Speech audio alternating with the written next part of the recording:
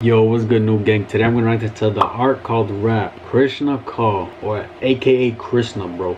TEDxMSIT. TEDxMSIT, whatever you want to call it. Yo, before I get into it, man, if y'all new to the channel, make sure to hit that subscribe button for your boy. We're on the road to 5,000 subscribers. Once I reach there, I'm doing a giveaway. Smash the like button, comment down below, follow your boy on Twitch. Once I hit 100 on there, I'm doing another giveaway. Bro, this was suggested like a month ago, honestly, bro.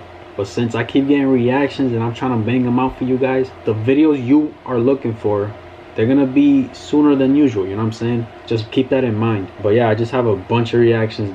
I'm getting to them, bro. I have a lot to edit and upload. Like, they're on the way, you know what I'm saying? But yeah, it's finally here. Let's just get straight into it, man. So I'm Krishna. I had a song called I'm Ready with Raftar. Basically I have been rapping for about 14 years. 14. And I was recently in a movie called Gully Boy, which everyone... Gully Boy or Belly Boy? That man was in a movie, bro. Shout out to him. Seems to have seen. But the sad part is that people now see me and say, oh, you were in Gully Boy, and they don't know that I've been rapping for 14 years. That's what... Facts, bro. I'm gonna be pausing here and there just to, you know, get my thoughts out and shit. That's a fact, bro. Like, alright, it's like picture me in a movie. I'm just making YouTube videos, you know what I'm saying? I'm trying to entertain y'all and shit. Imagine me in a movie, right? Big or small, whatever the case. I'm in a movie. Y'all is gonna see that movie, look at me and be like, oh, he's an actor. He was in this movie, this and the third, you know what I'm saying? But like with him, people don't know he's a rapper. He was in the movie, you feel me? They don't know that. They don't say that. They probably never said that in the movie. That, oh, my man over here, he's a rapper, this and no. You know what I'm saying? But yeah, with that, people just start to categorize you as like, oh, he's an actor, he's not a rapper. Or vice versa. He's a rapper, he's not an actor. You know what I'm saying? That's what Bollywood does. So, basically, I'm a rapper. I've been rapping for 14 years from Delhi. And I'm going to tell you my story and the topic beyond the light bulb, light beyond the light bulb. I'm going to explain how not giving up has paid sort of dividends. But before that, students here requested me to explain to people what rap music is. And I know there's a common notion that, you know, rap is very easy and like everyone can rap because it's just rhyming a couple of words. No. Right? So, bro, honestly, like, if you really put your mind to it, but it's like there's so much more to it, bro. Like, you need to catch a flow. You need to learn how to rhyme. You know what I'm saying? Punchlines. You can throw in punchlines. You can throw in like those hardcore ass bars, bro. And then you gotta get into the beat choices. And bro, it's so much to rap, to music in general, that people don't even know. You know what I'm saying? So like, if I'm here saying like, oh yeah, anybody can rap, like, you can. Anybody can if they really wanted to, but it's like a lot won't succeed, you know what I'm saying? Like, there's so much that goes into it. So I wrote something quickly for this purpose. It doesn't have too much meaning, so don't look for it. But just to exhibit how we rap and how we put rhymes together. So this is something that I wrote. So I'm going to rap this out for you. ये है hip hop और rap से है वफादारी, पर इससे पहले कि करूं मैं देना सलाह जारी, बोलना चाहूं मेरा कलम ही धर्म है, कई लोग जलन से गरम है देख के मेरी कलाकारी, कला भारी हमारी पर उनको ना समझ आएगी, सच्चाई कड़वी दवाई तो नेक्स्ट केमिस्ट भाई की, got the rest wakes the best bet, प्रस्तुत में next guest on TEDxMSIT. Now, because he previewed it before, you're gonna see like the colors. It's just a rhyme scheme. And then the wordplay, like, he'll explain it, I'm pretty sure. So now, when, you know, you would say, okay, this is rap and it rhymes, yes. And you ask people, okay, so what's rhyming here? They'll probably just look at a few of the words in the end, like wafadari, jari, kari, you know, aigi, bhaiki. But I sort of broke it down into all the rhymes that... There's no English subtitles on this, as y'all can see right over here. Usually there's a closed caption button, but there's none here. This little just for this section. And broke it down into a color scheme. So the colors are... He's gonna get into it, but yeah, see, red, purple, those rhyme all together, you know what I'm saying? Are actually matching the words that rhyme. Yep. So technically here, there are 8 rhyme schemes within 8 lines. And that is what rap is. So Wafadari will actually rhyme with Salah Jari, which are two words rhyming with one. Then Kalam and Dharam rhyme there. Jalan and Garam rhyme there and rhyme up there. Then Kalakari goes back and rhymes with Salah Jari. Yeah. Then Kala Bhari Hamari also rhymes with Kalakari. And then Bro, it's like like it just takes so much to rap, and it seems so simple, but look what he's doing, bro. Like, and this is like, I don't even think you really need to do this, you know what I'm saying? But to be great, to be fucking not good at what you're doing in terms of music, this is a fucking, like, this is amazing, you know what I'm saying? Like, he's rhyming the first word with another word almost halfway to the fucking of the verses. It's just all over the place, bro, you know what I'm saying? Like, that shit takes a lot. then Samajh Aayegi rhymes with Bhai Ki, IT, and so this is just to give you a sort of example of how complicated and how technical rap is, you know. So Facts. most people might think, oh, rap is very easy, but it's not easy, right? No. And if they say that, please tell them to make this. It's easy when you ain't saying shit, bro. When you ain't doing that, it's easy. You know what I'm saying? Like, it's easy to rap when you're saying bullshit, when you're not really saying shit. You know what I'm saying? He pretty sure raps to make people relate to him, to really listen, to pinpoint bars. You know what I'm saying? Like, get technical, like he said. Like, this is what makes people stand out 10 times more. Like, they put into legend, GOAT categories. You know what I'm saying?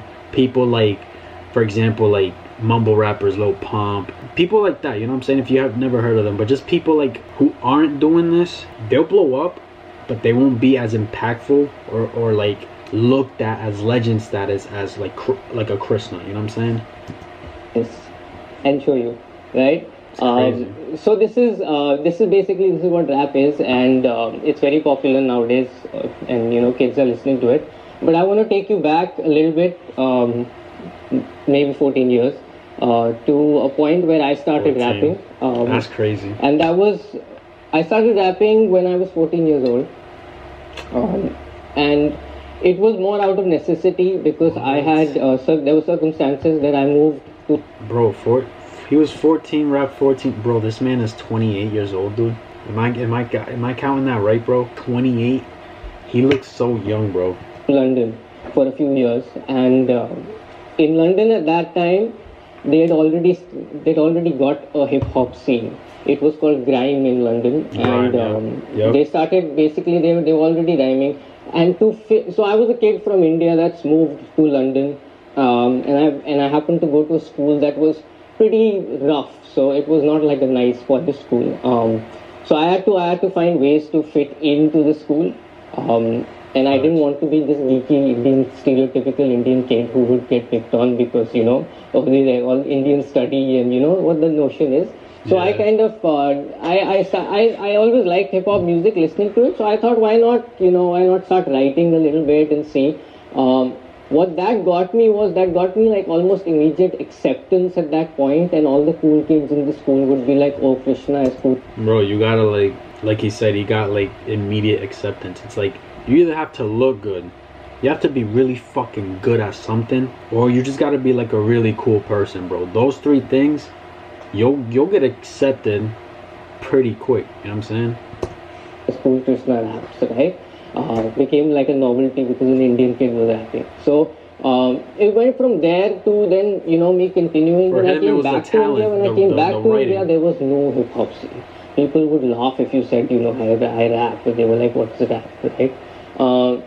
So from there, not being demotivated because I was still in school, I just sort of did it on my own. I got to college, and in college I met a couple of friends that also had the same interest, and that kind of led me to think that maybe I can do something with them. At least there are a few people who can understand what I'm doing, because for art, like, you have to have an audience. I mean, I'm not here to make art only for myself, right? So like three, four people was good enough for me at that time, and I started rapping, and we started recording songs. And I started getting a little bit of buzz in Delhi. People used to have like Bluetooth phones then, and they used to share songs and stuff. But I'm from a Kashmiri Pandit family, and education is very important. So I had to go into a postgraduate. I'm from Delhi University, and I had to go into a postgraduate. So I went to St. Xavier's College in Bombay. And when I went there, I was sad because everything that I felt I had built up as a fan base, I had lost already. Yep. Because I was in a new city, I had no friends.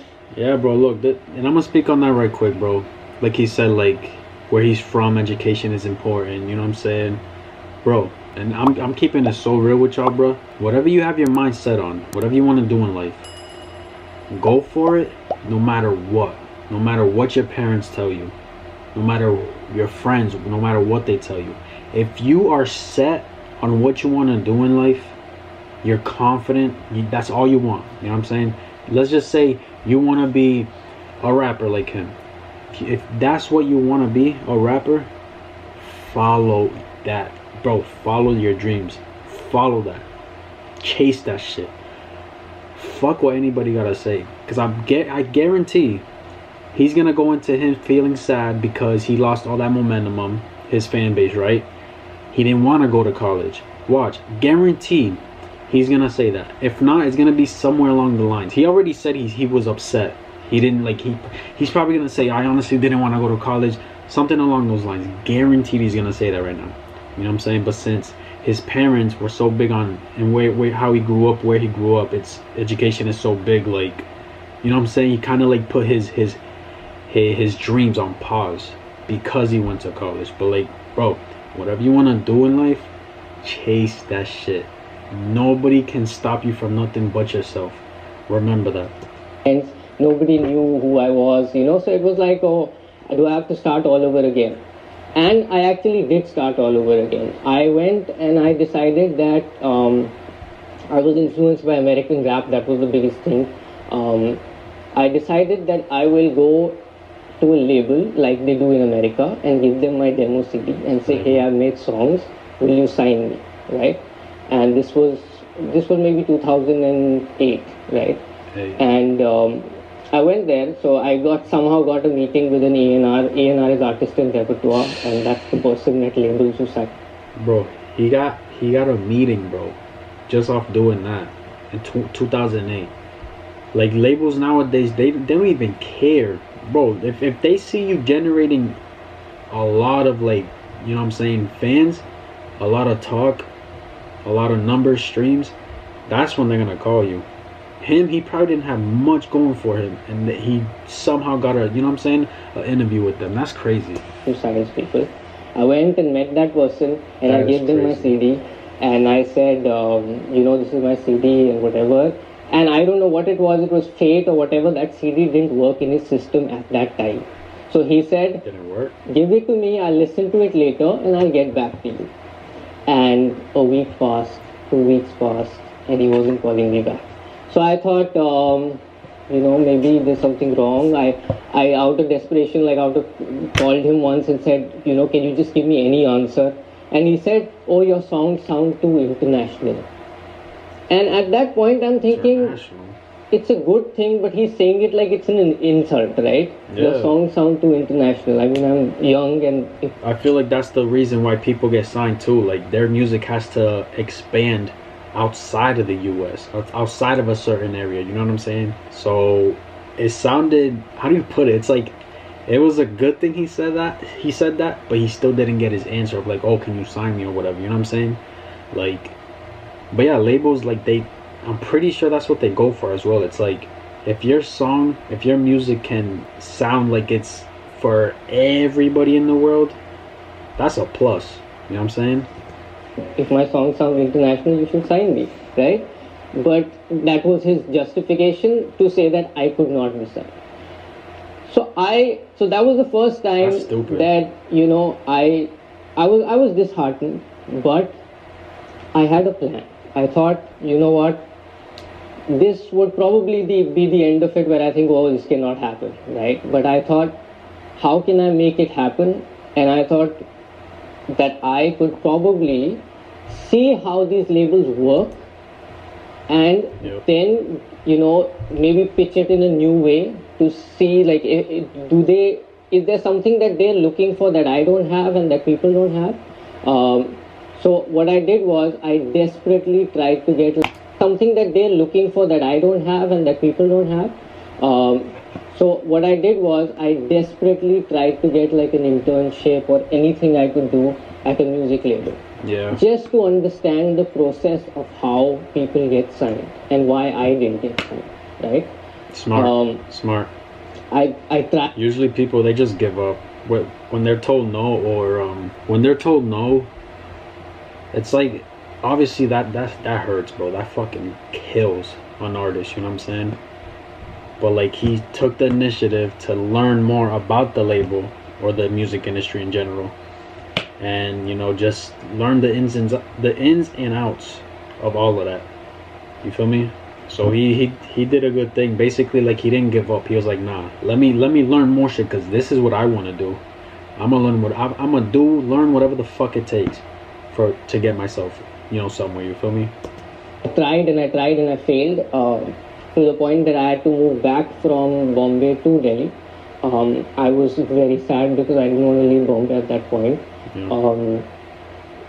But somehow one evening I got this call from someone that I knew and an acquaintance, and they said, you know what, there's this label called Universal Music, and they have a vacancy, so you want to try and, like, you know, try going there and or trying. So I called them and they said, yes, we have a vacancy, could you come tomorrow? And I was in Delhi at that point. Damn. I didn't care. I got like a Tatkal ticket. I ran to Bombay. I went there. They gave me an internship, almost no money. I was like, it's fine, I'll do this. That too. He didn't care about the money. He just, bro, that's the thing. Like, if you can get an internship, most internships, I'm pretty sure, it's kind of like a learning experience. If they want to pay you, that's a plus. You feel me? But I'm pretty sure internships are just like a learning thing. You feel me? He said, fuck the money. Let me get in this bitch, because he knew he's gonna learn all this new shit, apply it to himself and his career and his music, and boom, he's getting signed. That's a check for him. Once he gets the plays, the streams, you know what I'm saying, the exposure, more bread for him, you know what I'm saying? So he said, like, fuck the money, bro. Like, I need to learn this. And that was kind of like, that can be a risk for a lot of people, because, you know, people got bills to pay and stuff. But he's like, you know what, nah, fuck this. He probably thought, like, yeah, let me learn all of this. I'm gonna get paid way more than what they would pay him at the internship, you know what I'm saying? Within 3 months of working there, I had my song out on Universal Music, right? That was only because it was basically, I had a plan, right? And when I went in there, I pushed everyone to think that hip hop was big at that moment, and it wasn't, right? But I made them believe that just so that I could get my song out. Yeah. And from that point onwards, in 2010, he finessed. Came the point where I thought that, you know, this rap stuff is a hobby, but it could be more. Because in 2010, if you guys remember, a lot of you would have been young, but there was the Commonwealth Games happening in Delhi. And we were basically the joke of the international media. Everything was going wrong. There were scams, you know. Wait, the what? 2010? If you guys remember, a lot of you would have been young, but there was the Commonwealth Games happening in Delhi. What was happening in Delhi? What? And we were basically the joke of the international media. Everything was going wrong. There were scams, you know, people were... Yo, I couldn't hear what he was... Like, I couldn't understand what he was saying there. What was happening in his hometown? People were sort of making fun of us in international news and stuff, and our government here had these like big joyful songs coming out with A.R. Rahman, where they had like balloons and all, and I was like, why are people happy, right? This is like the worst state that we've been in the international media, and we are happy, right? So there was this official anthem that A.R. Rahman sir had made at that point. So I made something called the unofficial CWG anthem, and it was a song called Kaisa Mera Desh, right? I made the song I took a half day off from work. I shot the video for 2000 rupees, um, edited it within 2 days, and I put it up. Damn. This is what the video looked like, really bad. But I put it up. Still something. And I slept, right? I uploaded it and I went to sleep. And the next morning, this song was number 2 on YouTube at that time, in 2010, right? Bro, what do you say? 2 days, 2 hours, 2 days or 2 hours? No, 2 hours, bro. For him to do this in a short amount of time to get number 2 trending, bro, and on YouTube, bro, come on. That was like probably the peak of his career, where he was like, bet, shit starting now. You know what I'm saying? That's crazy. There had been no rap song that had gone viral at that point, but this was the first one. That's and crazy. I was almost in every mainline newspaper. Everything sort of happened so suddenly. I was taken aback. I was not prepared for it, right? That is a mistake. I was not prepared for it, right? Yeah. So what happened next was I didn't have anything else. I was like, okay, I have this nice song that's out, but I don't have anything else. And at that point, I have a job and all of that, so I couldn't produce things fast enough, right? And the next song that I put was months later.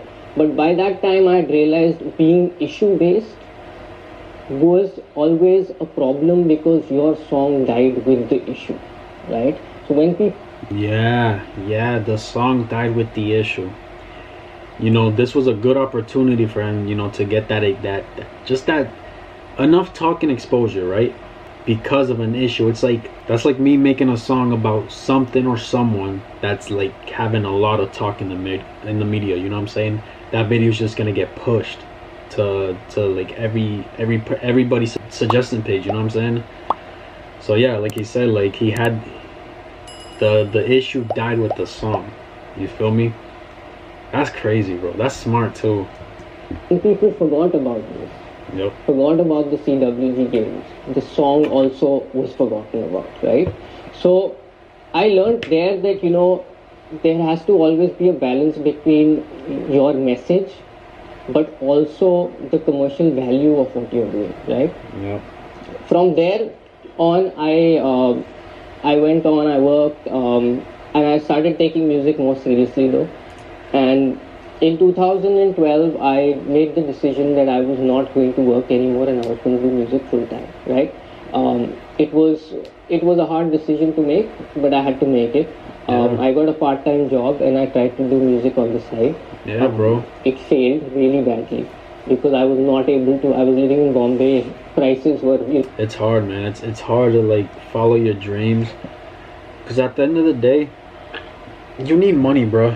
You need some kind of income coming in, generating in your life to pay bills. You know what I'm saying? Like, to eat food, survive, pay bills. Like, you just need some kind of money, income generating into your life.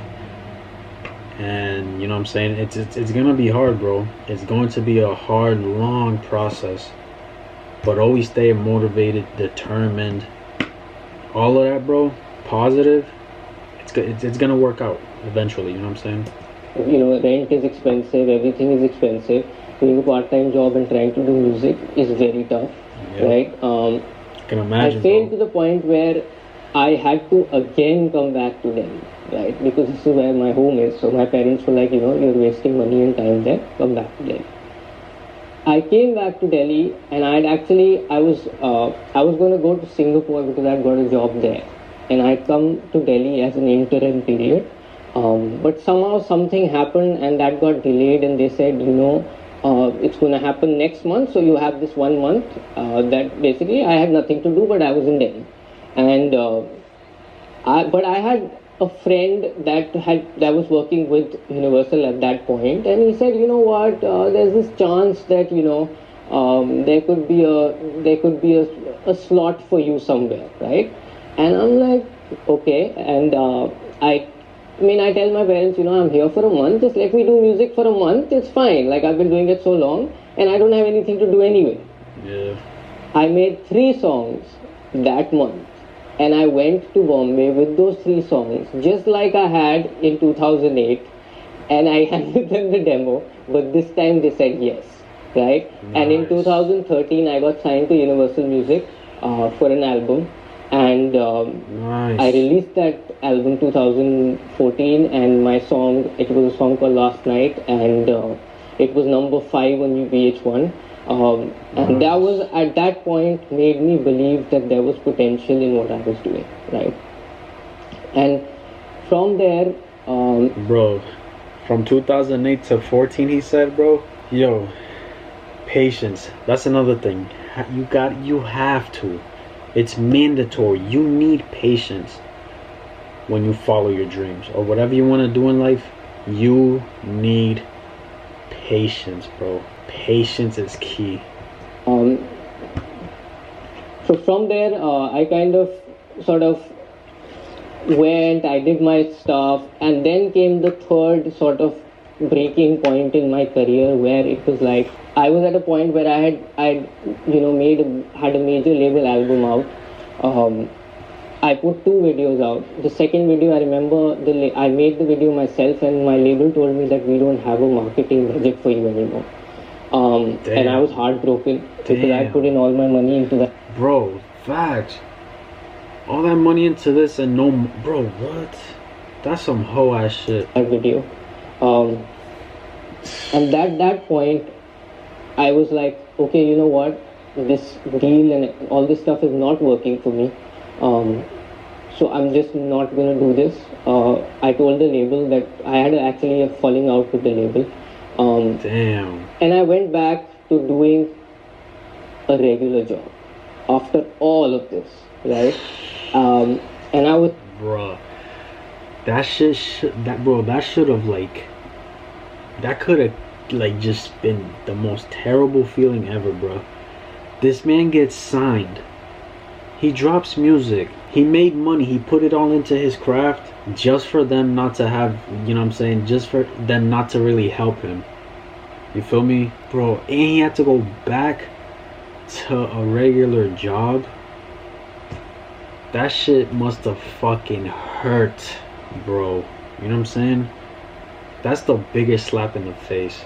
and I was deeply disheartened at what had happened and all of that. Damn. But I'd also lost faith. I thought, I Yep. can't do this anymore. At that How point, long am yeah. I going to do this? How am I going to justify it? I can't keep telling my parents I'm getting older. There were all these thoughts were coming into my head.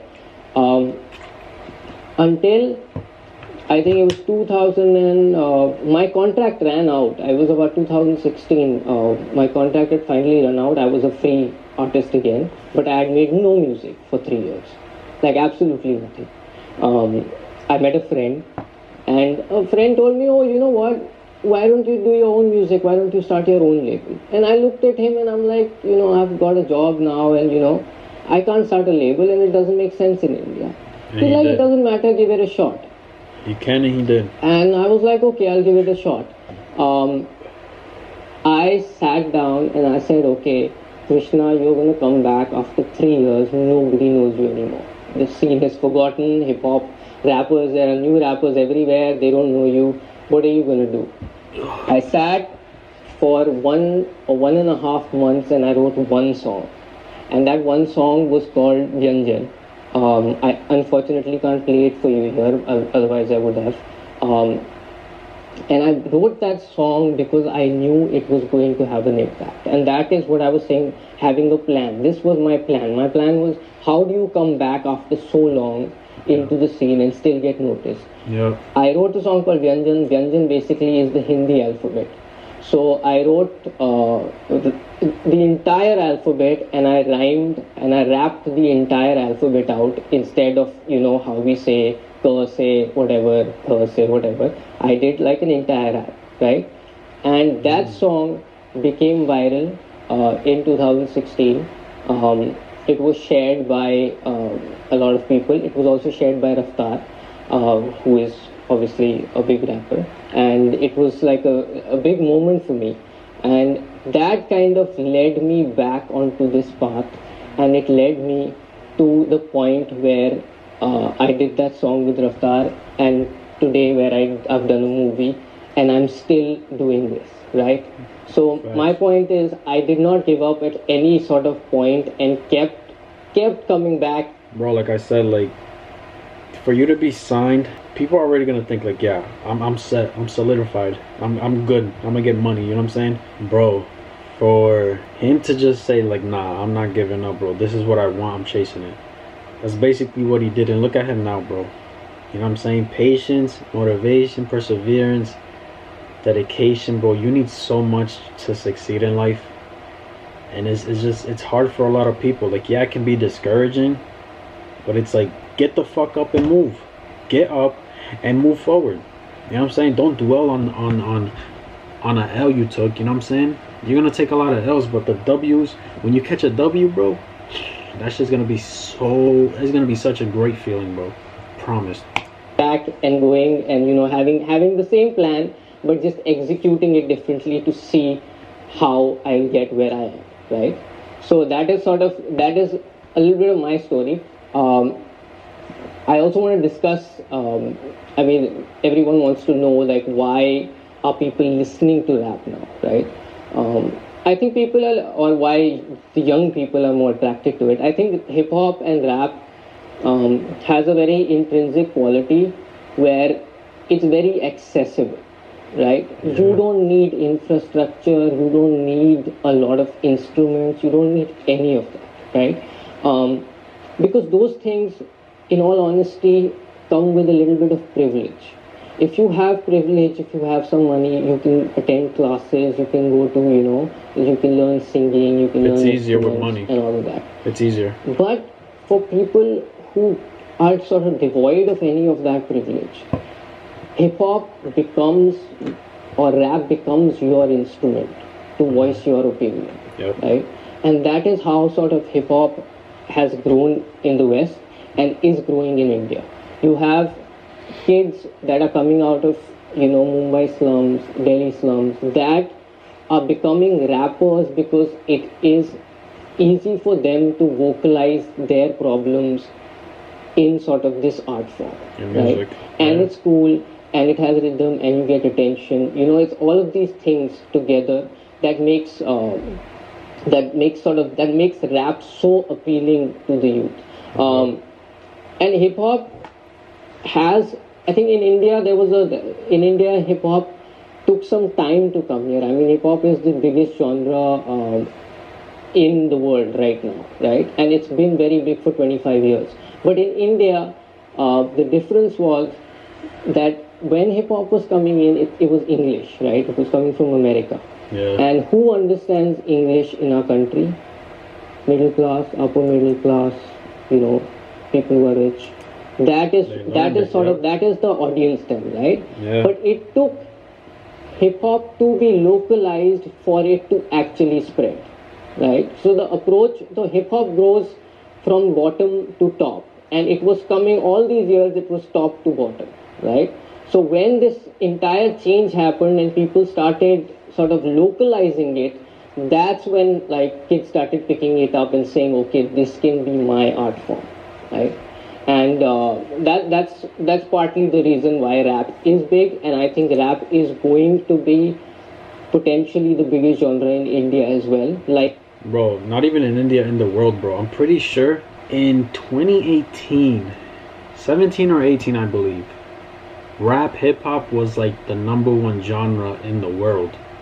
Like, you can look this up. I'm pretty sure it was 2018. There was a lot of posts saying like hip-hop genre, hip-hop, rap, whichever you want to call it. I think it was hip-hop. Hip-hop was the #1 genre in the world.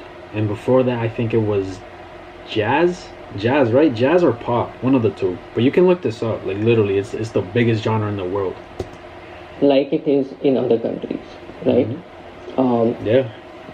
And just to just to wrap up quickly, I think we need to now also, like, as an audience, we need to embrace hip hop as well. I know a lot of older generation people think that it's not music and it's, you know, but the point is that hip hop and rap is creating opportunities in India for young people to be artists, and I think that is super important. So that's what I'll wrap with. And thank you so much, and no pun intended on the wrap with. Bro, he seems like a humble dude, bro. Humble, chill dude. You know what I'm saying? He doesn't like to rub shit in people's faces. If he sees disrespect, because a lot of you guys will be in the comments, oh, he was dissing so and so. Like, if disrespect is in the way, he's gonna, you know, put his foot down. But he seems like a humble ass dude, bro. Shout out to Krishna, man. But a lot of the shit he was saying in here is facts, man. This is a long video, but I'm gonna end it like this, bro. Listen, whatever you want to do in life, chase it, man. Whatever it is you want to do in life, chase it full throttle. Don't stop. Don't let nobody tell you otherwise. Don't let nobody stop you from nothing. Let other people's opinions, good or bad, just brush it off. You know what I'm saying? Don't let it get to your head too much. Just keep pushing, man. There's a lot of hate you're gonna get, a lot of downs, a lot of L's you're gonna take, but at the end of the day, you're the only person who's going to stop you from getting to where you want to be. Plain and simple. Patience, determination, positivity, perseverance. Just grind, bro. Keep working. Don't settle for less. Never settle for less. Keep pushing, man. You will see the day where you will be satisfied and happy where you want to be, bro. You will see the day, and that's a promise. But you guys got to do the hard work, and you know what I'm saying? You guys got to keep pushing. I can sit here and motivate you, give you words of encouragement, you know what I'm saying? Try to inspire you, but only you got the power and the ability to be where you want to be, do what you want to do, say what you want to say, you know what I'm saying? And I'm gonna just end it right there, bro. That's my reaction to Krishna, TEDxMSIT. If y'all enjoyed, give this video a like, subscribe if you haven't, and I'm out.